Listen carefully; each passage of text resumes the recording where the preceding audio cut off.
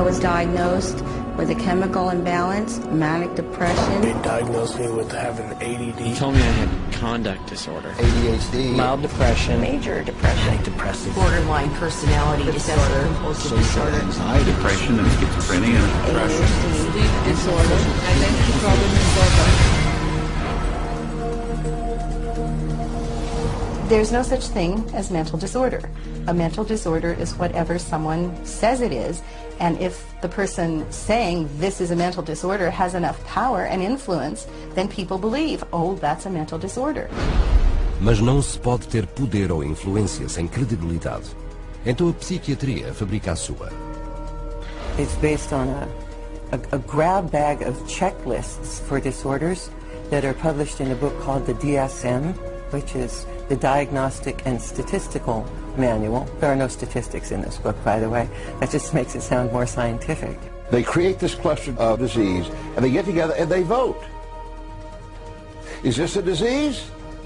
All in favor, say aye. It's marketed as a scientifically based document. Now, the American Psychiatric Association, which publishes the DSM, do a lot of work to create an aura of scientific precision around the DSM, but it's not scientifically based. Desde a primeira edição do DSM, o número de desordens mentais que foram votadas para serem incluídas no Manual de Diagnóstico de Psiquiatria cresceu para 374.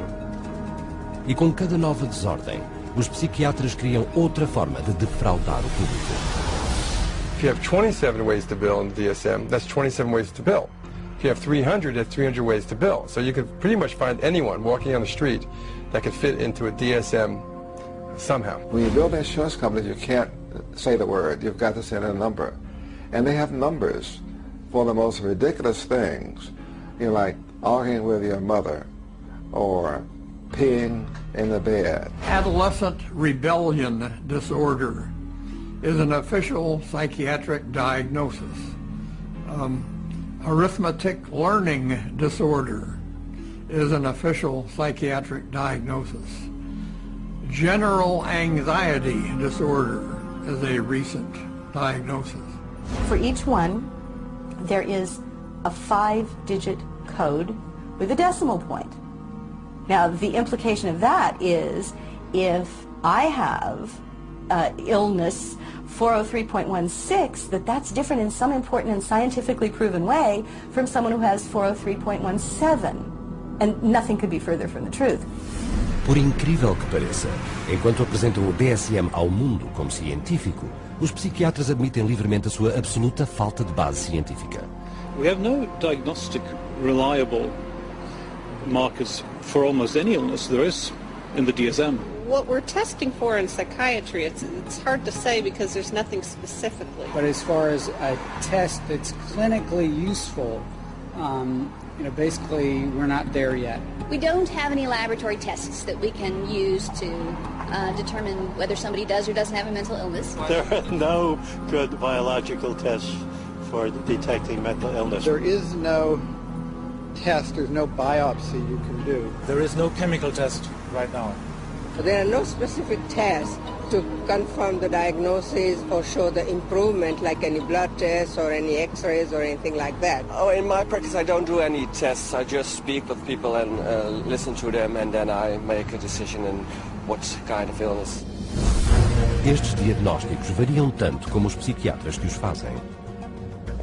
Nestas cenas de câmara escondida, uma pessoa visitou vários psiquiatras queixando-se dos mesmos sintomas. I'm extremely unorganized, and I didn't used to be. It's caused problems in the family. It's caused problems getting, I'm self-employed. You've got ADD, ADHD, and you're depressed, and your depression is bipolar depressed. If you have a brain chemistry disorder, it's probably genetic. You have a lot of the symptoms of depression. So it seems like it is a mixed picture. What that means is like we got some depressive symptoms and some, high symptoms. If you're bipolar, I'll need to give you a mood stabilizer. We don't know. I kind of doubt it. It's considered low-grade bipolar. You are more of the ADD than ADHD. And as far as medications for depression, because I would recommend that you start a medication, which are Prozac, Zoloft, Paxil, Alexa. Usually Copeland XR is pretty good. I'll give you some Lexapro in the morning and some trazodone at night. Lamictal is a better medication for that. It works on your depression also. But the treatment for any bipolar cycling is the same. The lithium, Remeron is another one. trazodone, Tegretol. Wellbutrin. Lexapro, Lamictal, Equitroid. Depakote, Lithium. Ambien. You may need an antidepressant also with your Lamictal. We don't know if I give you a medication if it is going to work or not. To a certain degree, it's trial and error. You never know if it's the right drug. How many people have I cured? Well, there are no real cures right now in psychiatry. I have cured none of my patients. We're always challenged by our lack of knowledge. I mean, in fact, we don't know what the causes of mental illness are. Most mental illnesses, we do not know the cause. Of course, it would be nice to know exact reasons of disorders, but maybe in the future. I'm the Director of Research at the American Psychiatric Association. We don't know the etiology of really any of the mental disorders at the present time.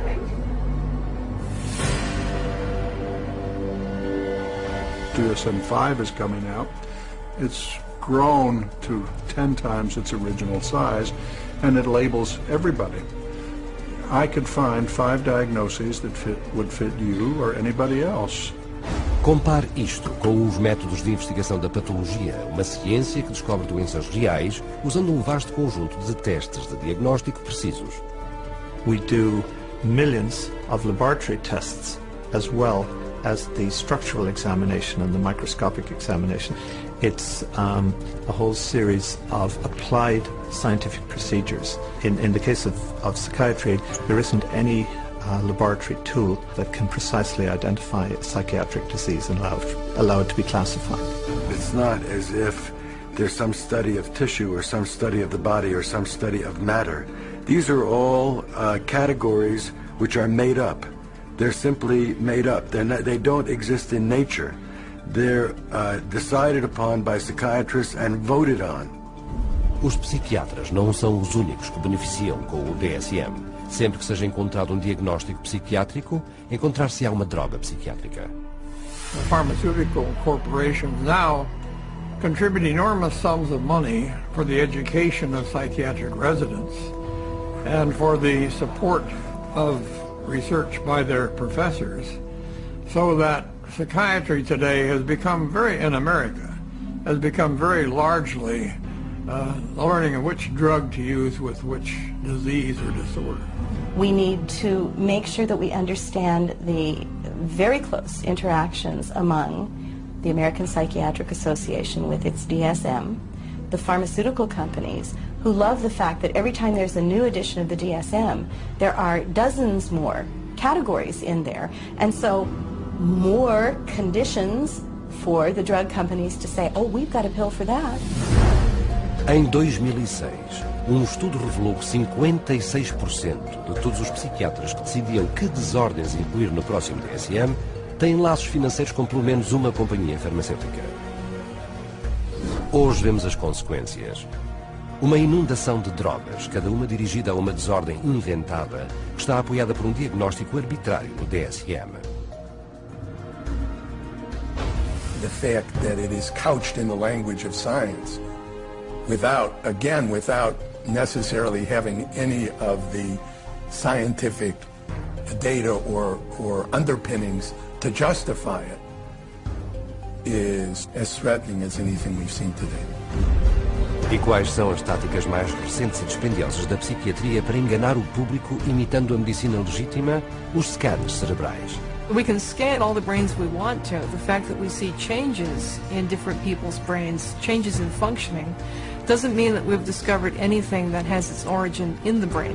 It just means that we're seeing changes, but it doesn't mean that there's something wrong with the brain. Psiquiatras e psicólogos usam o DSM para etiquetar 450 milhões de pessoas no mundo inteiro como doentes mentais. Um total igual à população da França, Itália, Alemanha, Canadá, Austrália, Reino Unido e Rússia combinadas. Enquanto a venda de drogas psiquiátricas superou os 27 mil milhões de dólares por ano, os fundos dos governos do mundo para esses pacientes dão benefícios brutos à psiquiatria de 440 mil milhões de dólares por ano. E uma grande parte deste dinheiro provém do diagnóstico e das drogas que são receitadas aos mais confiados e vulneráveis.